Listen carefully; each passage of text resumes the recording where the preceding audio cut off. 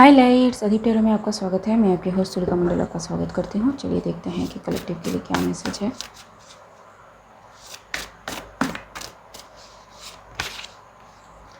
Fake guides, okay. So yes, spirituality सबके लिए नहीं है, ठीक है। एंड मैं एक और कार्ड लूँगी, देखते हैं। ऑब्सेसिव कंपल्सिव, ठीक है। तो यहाँ पे कोई है जिसको बहुत इच्छा है गाइड बनने की, लोगों को गाइड करने की, ठीक है। बट ही और शी हैज़ टू लीव, क्योंकि इंट्यूटिव होना एक अलग चीज़ है, ठीक है। एंड अगर आप स्पिरिट में जाओगे तो आपको स्पिरिट की परमिशन चाहिए होंगी। क्यों आपको ऐसा लगता है कि जब किसी पर्सन की थर्ड आई फोर्सफुली या ज़बरदस्ती या फिर किसी भी बैकडोर से ओपन की जाती है, वो पागल सा हो जाता है बिकॉज ऑफ दिस थिंग, ठीक है। अगर स्पिरिट आपको परमिशन नहीं देता तो you are not allowed to be in this field, ठीक है। अगर आप डिविनेशन में इन्वॉल्व हो, टैरो कार्ड्स आप करते हो किसी भी तरह से, ठीक है, क्योंकि एस्ट्रोलॉजी में आपको स्पिरिचुअलिटी की ज़रूरत नहीं है, न्यूमरोलॉजी में आपको स्पिरिचुअलिटी की ज़रूरत नहीं है, ठीक है। आप जाते हो, डिग्री लेते हो एंड बैठ जाते हो, ठीक है। लेकिन ये जो चीज़ है एनर्जी रीडिंग, इसके लिए आपको नॉट ओनली स्पिरिचुअल होना पड़ेगा, उसकी कंडीशन, सिस्टम, सब कुछ आपको समझना पड़ेगा।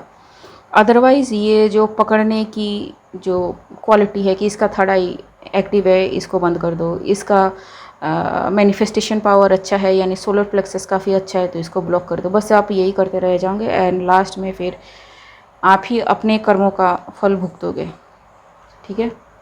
शुरू में सब कुछ हिडन रहेगा, ठीक है।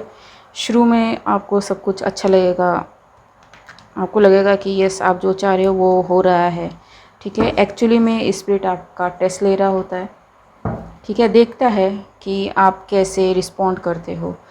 एंड बिलीव मी, ठीक है, 96% डार्क है, 4% ओनली लाइट है। इस इक्वेशन को मत भूल जाइएगा, ठीक है। लोग जो कहते हैं कि डार्क बहुत ज़्यादा पावरफुल है, ठीक है। 96% डार्क है, तो आपको क्या लगता है डार्क पावरफुल है या लाइट ज़्यादा पावरफुल है? हाँ, बस ये है कि लाइट के सामने डार्क टिक नहीं पाता, ठीक है, क्योंकि लाइट आ गई है तो डार्क रहेगा कहाँ। बस यही है कॉन्सेप्ट, ठीक है। लेकिन मैट्रिक्स का सारा नॉलेज आप कैसे करते हो, क्यों करते हो, कैसा सोचते हो, क्या क्या चीज़ें आपने की है पास में, क्या क्या किन किन चीज़ों से आप भागते हो, क्या क्या चीज़ें हैं जो आपको चोट पहुंचा सकती है, किस किस चीज़ों के आप वल्नरेबल हो, ठीक है। सारी चीज़ें स्पिरिट को पता है। अब आपको पता है नहीं पता है, उससे स्पिरिट को घंटा फ़र्क नहीं पड़ता। अगर आप डार्क की चीज़ों में, डार्क मतलब इवल नहीं, ठीक है, डार्क मतलब कि वो चीज़ें जिन पे अभी तक लाइट नहीं पड़ी है। मुझे प्लानेटरी एक्सपेक्ट से इसको समझाने के लिए गाइड किया जा रहा है एंड मैं कोशिश करूँगी कि उस तरह से आपको समझाऊँ। आप जितना सन के करीब होते हो उतना आप लाइट में होते हो, ठीक है, उतना आप 3D में होते हो, उतना ईगोइस्टिक आप होते हो, उतने ही आप में मैटर ज़्यादा होता है टू ग्राउंड यू, ठीक है। क्योंकि अगर वो मैटर हट गया, you become the dark, the Shiva, that which is not. And वैसे जैसे आप जुपिटर से थोड़ा दूर चलने लगते हो, ठीक है, मार्स, वेनस, ठीक है, अर्थ, जुपिटर, अब आप धीरे धीरे धीरे धीरे डार्क की ओर जाते हो, मतलब the subtle aspects of your life, ठीक है। ये जो भी सन के करीब है वो लाइट में है, वो सबको दिखती है, वो सबको पसंद आती हैं, ठीक है। वो चीज़ें आपको ज़्यादा करने का मन करता है, वो एक्सटर्नल एस्पेक्ट है, वो चीज़ें हैं जो एक्सट्रोवर्ट की कैटेगरी में पड़ती है।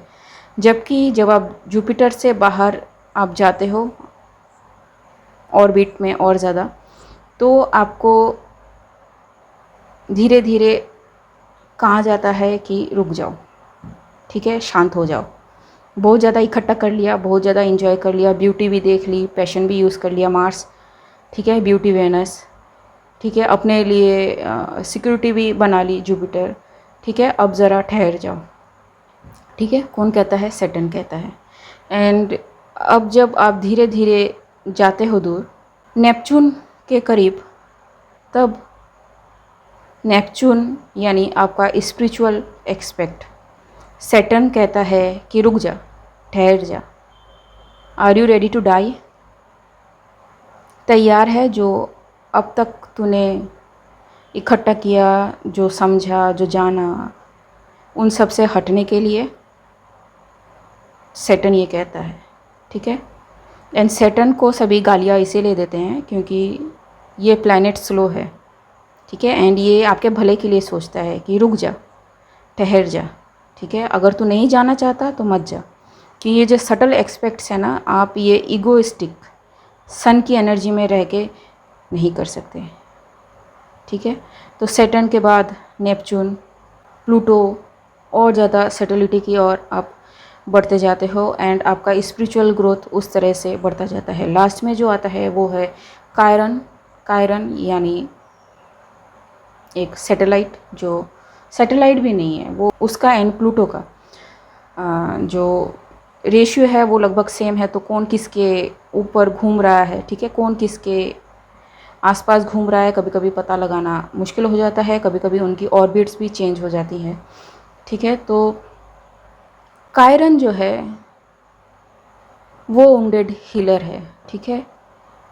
वो ऐसा बंदा है जिसने सब कुछ देख लिया है, ठीक है, नेपच्यून तक उसने सब कुछ देख लिया है, लेकिन उसने हार नहीं मानी, वो खड़ा है, ठीक है, एंड वो तैयार है अपनी जो इमोशनल, फिज़िकल, स्पिरिचुअल चीज़ें उसने सन से नेपच्यून तक कलेक्ट की, देखी, समझी, परखी, उसको पास ऑन करने के लिए, ठीक है। तो जब आप प्लूटो से ज़्यादा कनेक्ट होते हो, आप अपनी सटल एनर्जीज से बहुत ज़्यादा कनेक्ट होते हो, ठीक है। कायरन यानी 13th आपका ज़ोडिएक साइन, ठीक है। 13th 13वीं मतलब died, died of physical things जो आपने कलेक्ट की हुई है while you are being the light, ठीक है। लाइट में आना क्यों ज़रूरी है फिर, अगर आपको सब कुछ छोड़ना ही है तो? अगर आप लाइट में नहीं आओगे तो आपको नहीं पता चलेगा कि आपके जो डार्क में और क्या है जिसको हील होने की ज़रूरत है। उस चीज़ को हील करने के लिए अगेन इन्फिनिटी, ठीक है, आपको लाइट में आना पड़ता है, देखना पड़ता है, ठीक है, एंड देन फिर वो जर्नी आगे आती है, एंड देन फिर आप यस कायरन के बाद आप अपनी जर्नी रिपीट करते हो depending on your free will. अच्छा, मैं 13th ज़ोडिएक की बात कर रही थी। ज़ोडिएक यानी मैं अपने कॉन्सेप्ट से बता रही हूँ, ठीक है, आपको ये बुक में शायद ना मिले, एंड मुझे इसमें काफ़ी ज़्यादा हेल्प की है स्टीफानो मेटियास, ठीक है, उनका एक चैनल है, ठीक है, मैं भूल गई उनके चैनल का नाम। यस, वो काफ़ी डीपली जाते हैं सब्जेक्ट्स में, एंड मुझे बड़ा पसंद है सब्जेक्ट्स के डीप में जाना। तो ये जो ज़ोडिएक साइंस हैं ये डिफरेंट एक्सपेक्ट्स हैं, ठीक है। एरीज़ अभी चाहिए, अभी करना है, अभी सब कुछ करना है, ठीक है, अभी करो, नहीं दिया ख़त्म, ठीक है, क्योंकि उसकी एनर्जी ज़्यादा देर तक नहीं बना सकता वो, ठीक है।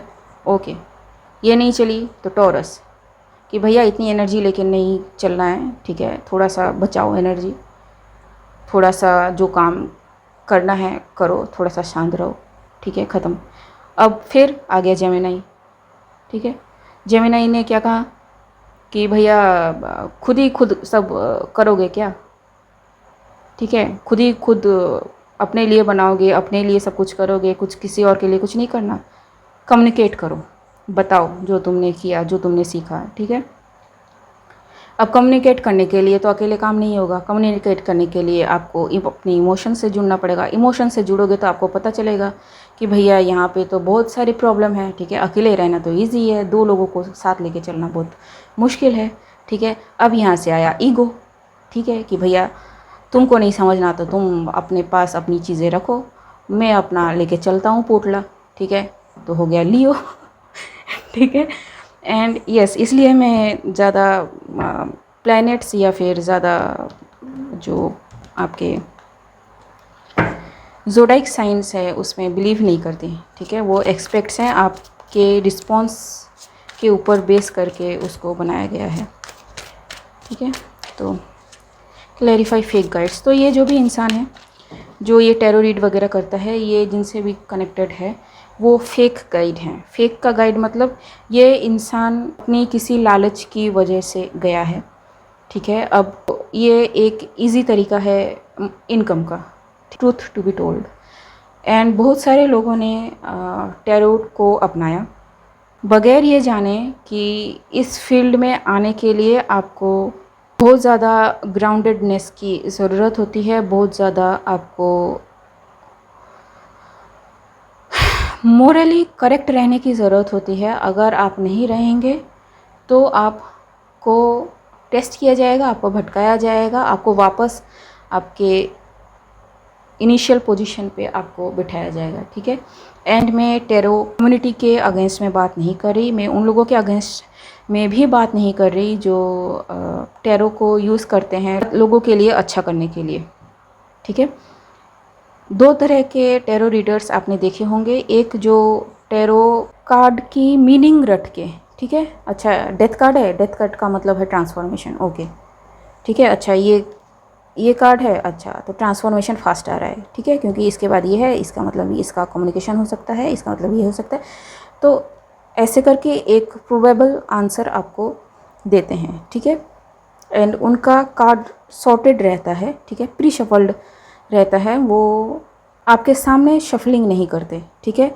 एंड इसमें कोई गलत बात नहीं है कि वो आपके सामने शफलिंग नहीं करते, वो भले ही प्री शफल्ड हो लेकिन वो कितनी ऑथेंटिसिटी मेंटेन करते हैं, ठीक है। आर्मी में मेरे फादर थे एंड उनका एक कहना था कि ऑन ड्यूटी तो सभी डिसिप्लिन में रहते हैं, ठीक है, जो जो उनको करना होता है, टाइम पे आना, टाइम पे खाना, टाइम पे सोना, टाइम पे जगना, ठीक है। लेकिन ऑफ ड्यूटी कौन सही रहता है वो ज़्यादा इम्पॉर्टेंट है। एंड ये चेक भी करते हैं, ठीक है, जो ऑफिसर्स होते हैं वो।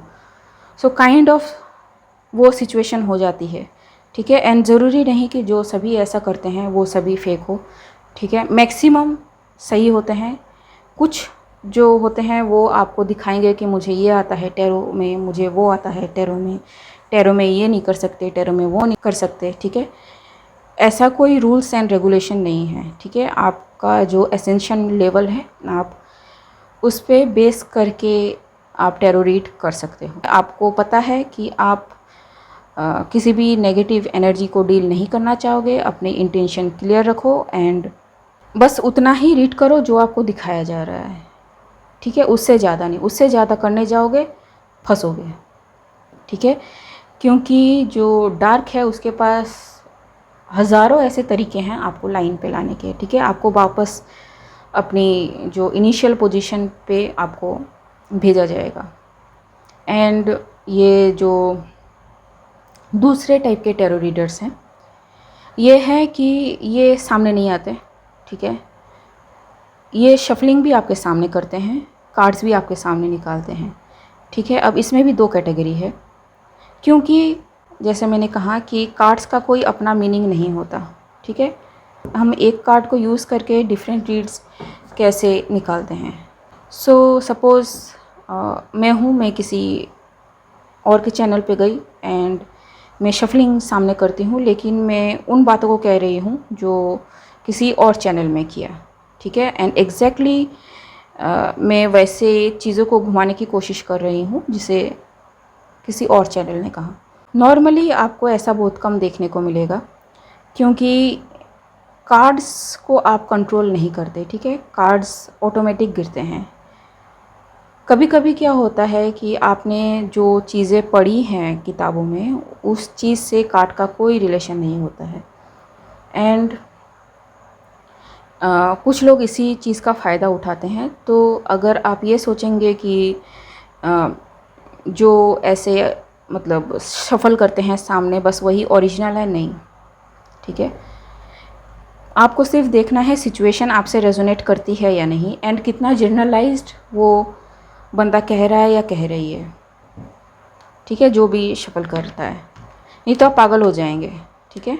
टैरो एक एडिक्शन की चीज़ है, ठीक है, कहते नहीं हैं लोग, लेकिन एंड अगर चीज़ें आपसे रेजोनेट करती हैं, ठीक है, इवन सपोज़ कोई 1 घंटे का मैसेज है, ठीक है, उसमें एक लाइन ही आपसे रेजोनेट करती है, तो बस वो एक लाइन ही आपके लिए है, पूरा मैसेज आपके लिए नहीं है, ठीक है। एंड कुछ ओरिजिनल रीडर्स भी आपको दिखेंगे अगर आप टैरो का मतलब जानते हैं, कार्ड्स का मतलब जानते हैं, ठीक है। इवन कार्ड्स का मतलब नहीं भी जानते हो आप, अगर कार्ड में जो इमेज है उसकी फील से कनेक्ट होते हैं एंड जो बंदा कह रहा है उससे कनेक्ट होते हैं, इसके लिए लिसनिंग कैपेसिटी आप में बहुत ज़्यादा चाहिए, जो अनफॉर्चुनेटली नहीं है, ठीक है। एंड आपको पता चल जाएगा कि ये जो भी पर्सन है वो कितना ऑथेंटिक है या फिर कितना ये बना के बोल रहा है, ठीक है। सो जो इस फील्ड में आना चाहते हैं, बी अलर्ट, ठीक है। आपको इस फील्ड में आने के लिए ट्रेनिंग स्पिरिट ही देता है, ठीक है। आपको आना है नहीं आना है चॉइस आपकी है, लेकिन एक ऑथेंटिसिटी आपको मेंटेन करके रखनी होती है, ठीक है। क्योंकि सपोज़ आपके इंटेंशन सही हो, ठीक है, सब कुछ सही है, आपने अपना मोरल सही रखा, आपने अपना इंटेंशन सही रखा। अब जब आप इतनी सारी चीज़ें सही रख रहे हो, इतना सपोर्ट लोगों को कर रहे हो, इतना हेल्प लोगों को जेन्युइनली कर रहे हो, तो आपको स्पिरिट फिर चूज़ करता है, ठीक है। देखता है कि इतना प्रेशर आप ले सकते हो, तब अगर आप बैक डाउन करते हो तो आपको बस आप जो करते हो उसी फील्ड में आपको रखा जाएगा, आपको फर्दर स्पिरिट फोर्स नहीं करेगा, ठीक है। क्योंकि उन्हें पता है कि आप नहीं चाहते, वो चाहते हैं कि आप आओ। सो ऐसे भी काम होता है। क्या किया है इस पर्सन ने? सो ये पर्सन पैसे के लिए गया, ठीक है, पैसे के लिए सब कुछ किया, एंड इसका एक जी को लगा कि ये जो भी कर रहा है सही कर रहा है, तो